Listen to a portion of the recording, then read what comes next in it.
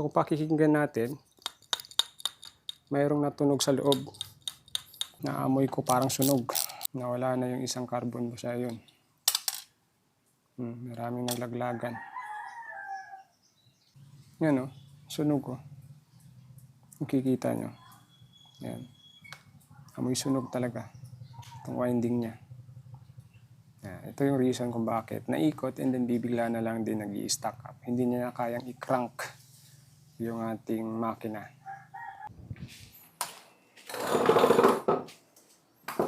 Handa rin natin. Yan, one click lang.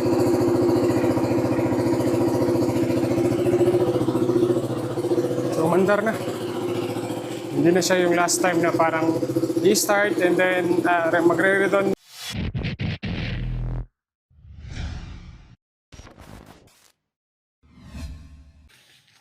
So, hello, what's up mga ka-orange, mga kapongkan? This is Orange Blooded Motomaniac. Muli nagbabalik. So, today's video ay meron po tayong gagawing isang motor. This is Rusi 125 IST KTM Duke 200 2012 model. So, naka-decals lang po yan ng Rusi. And then, ayan. So, ang problema ng kanyang motor is bigla na lang daw po itong namatay. And then, nung inulit na ini-start ay ayaw na mag-start. So, as per checking, na-check ko na to. Hindi ko lang napakita kung paano ko siya tinroubleshoot. Pero, sasabihin ko na lang sa inyo kung ano yung nangyari. So, pagdating dito sa amin, so pag ini-start ko yung motor, para siyang nag-i-stack up yung motor. Akala ko last time is may problema yung makina. Parang stack up yung magneto. And then, after checking, nagka-crank naman siya, pero parang mag-i-stack up siya. And then, bigla na lang umiinit tong wire. Itong positive line na to. Umiinit yan. And then, hindi ko na tinuloy. Gawa nga ng pag itutuloy ko pa yon, sisirain niya yung battery. So, as per checking, nakita natin na ito, may problema yung kanyang starter motor. So, ito ay year model 2012. Pinakaunang Duke 200 na nirelease dito sa Pilipinas. So, kung makikita nyo, lumang-luma yung kanyang plaka. Green pa. Kung dito sa amin lumang-luma yung plaka niya. And then, ito, sulit na rin to. So kung pakikinggan natin, mayroong natunog sa loob ng taon nito, ng starter motor. So kung bubuksan ko pa to, pwede ko naman buksan to kung marirepair pa. Most likely, carbon brush or either sunog lang yung wiring. Nare-repair naman to. Pero ang sabi ko sa may-ari, kasi sulit naman siya for almost ilang years. From 2012 to 2016, 2026, meron siyang 14 running 15 years na starter motor. So sabi ko sa may-ari, papalitan na lang natin to ng brand new. Papakita ko pa rin sa inyo yung laman nito. So hindi pa yan nabubuksan kasi may sealed pa, kumbaga. Ayan. Yan yung palatandaan nila na binuksan yung starter motor. Nawala na yung tagging dito. Pero nakabili na ako ng replacement nito. So, ang kaparehas nito is pang NS and RS Rouser 200 na starter motor. Iba lang yung kulay niya. Papakita natin sa inyo mamaya. Yun yung nangyari sa motor. So, ulitin lang natin. Pag ini-start natin yung motor, magka-crank siya. Pero parang nag-i-stack up. And kung mapapansin nyo dito, iinit yung wire. So kung lalagyan natin yun ng clamp ammeter, almost 100 ampere yun. Kasi normal cranking nitong 200 na to, pag in-start mo, lalagyan mo ng clamp ammeter, around 40 ampere to 50 ampere, mag-i-spike ka agad siya. And then back to normal na naman siya. So pag lalagyan natin ng clamp ammeter dito. Pero last time, sobrang init ng wire, hindi ko na tinuloy. Baka sirain pa yung battery. And then sunugin pa yung wire. So, yun lang laging babantayan natin. Pag i-start natin, na umiinit yung wire, tapos ayaw magtuloy mag-start, ayun, meron na kayong idea. Either stock up yung tawag nito, yung crankshaft nyo. Pero ito kasi, nagka-crank pa rin kasi, pero parang titigil lang siya. Ayan. Iba din yung pag-crank nyo, iikot lang yung starter motor, pero yung mga starter gear hindi nagalaw. Ibang tawag nito, ibang problema naman yan either. So yan, meron na akong nabiling tawag nito, brand new na replacement. Pero same lang to sila eh. Alam ko, same quality lang to sila, iba lang yung kulay. So ito yung nabili natin.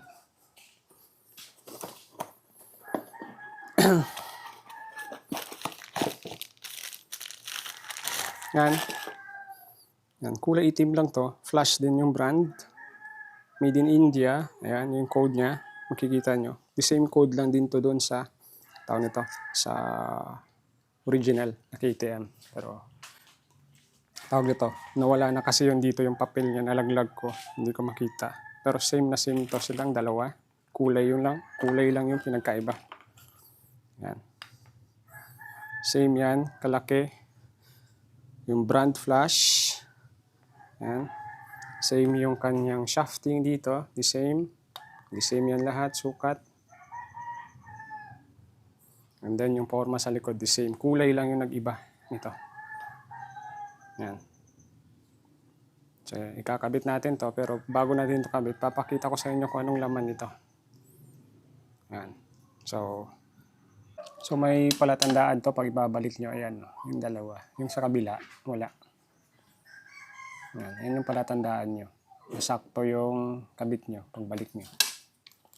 Buksan na natin to. And then itong area na to, parang nilagyan nila ng parang gasket or kaya parang pang seal para hindi pasukin ng tubig. Papakita lang natin sa inyo. Kasi papalitan din naman to. Kasi sulit na yung may-ari nito. Ito.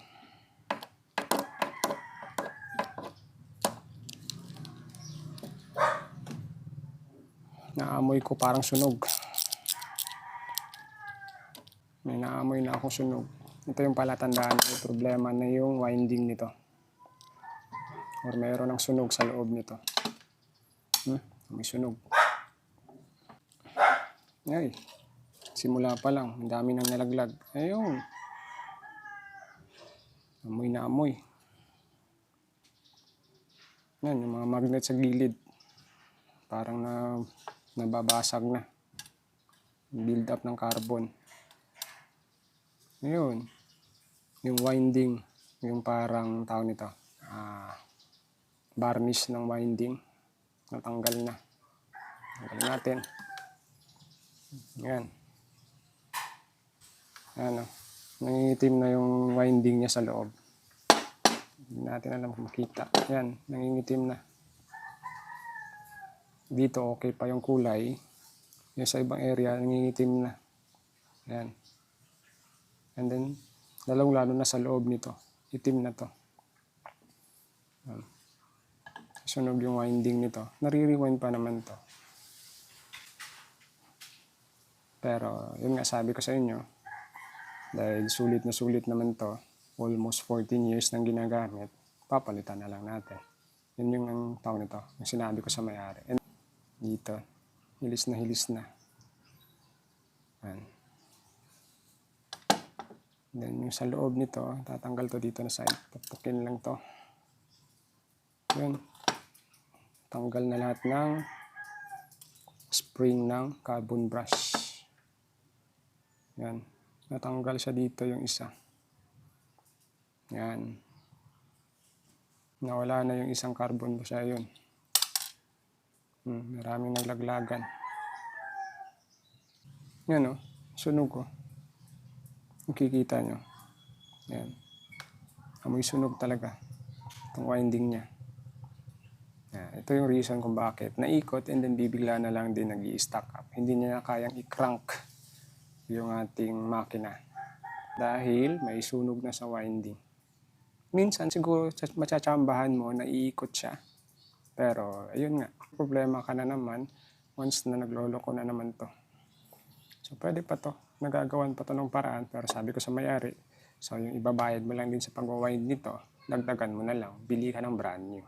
And then meron namang mga replacement, mas mura compare sa original, pero the same brand, iba lang yung kulay. So ayun, ikakabit ko na lang yung bagong starter motor, and then itetest natin. Kabit nyo, ganun lang. Pasok nyo muna, yan.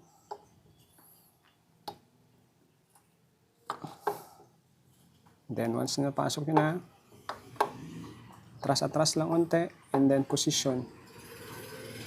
Yan. Kung nakikita nyo, yan, position na siya, pasok nyo unti-unti. Pag hindi siya mapasok, ibig sabihin, wala sa. Yan. Try nyo itulak. Hindi, matigas.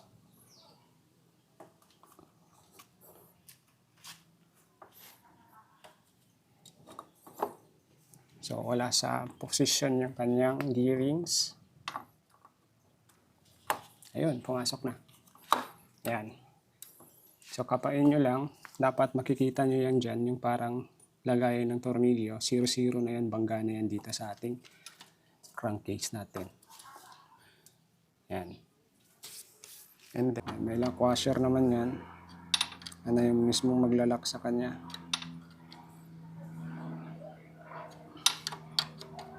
Higpitan nyo talaga para walang loose contact. And then, balik nyo to. Sira na to Wala tayong pamalit dito. Kaya, i-reuse na lang natin. Yeah. Yan, basta huwag lang nang basain ng basain. Kung mababasa man, lagyan nyo ng WD-40. Kasi wala na akong pamalit dito. And then balik nyo yung parang tinanggal nyo na hose ng breather. Lock nyo lang.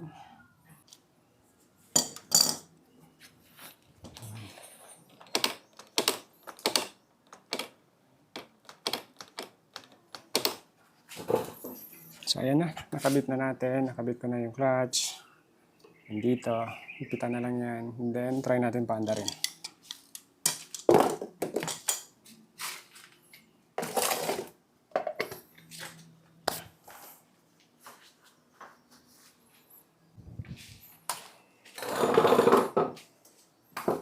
Andarin natin. Ayan, one click lang.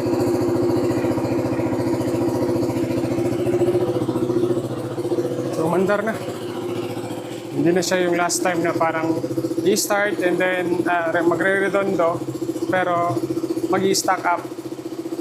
Pero ngayon, one click na lang. Diretso na siya. So, yun yung problema niya. Problema ng Rusi 125. Hindi, decals lang po ito. Napapansin yung Rusi 125. Not ready to race. And then, Teknolodya. And then, Rusi. Sabot-sabot lang. Ayun. So, yan na yun. So, try natin ulit na i-start. Kung one click ba talaga. Start natin. Sab. Ulit. Start.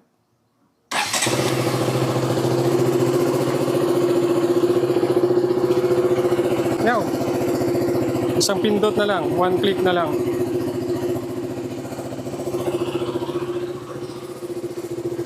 So, yan na yun.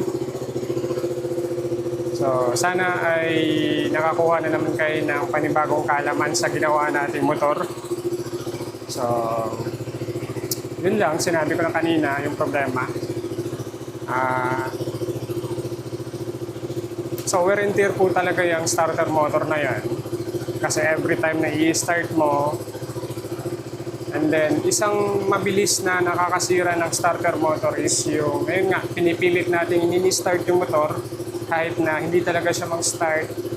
Pipilit natin na ipipilit hanggang sa mag-init yung wires, yung carbon brush, nauupod na, And then, talagang, mag-wear and tear, mabilis talaga siya. So, yung purpose na naman talaga niya is from starting lang. The rest, pagtapos ng start niya, wala na siyang gagawin. Pero yun nga sinabi ko sa inyo, pag ayaw na mag-start ng motor nyo, 3 times, 5 times na kilinik nyo, and then iwasan nyo na i-standby yung starter button para lang mag-start. Asan nyo yan. And then, yun nga, sabi ko sa inyo, wear and tear talaga yan. For almost 14 years bago, bago bumigay yung kanyang starter motor. So, yun na lamang po muna. Sana ay nakapundot kayo ng kaalaman sa ginawa.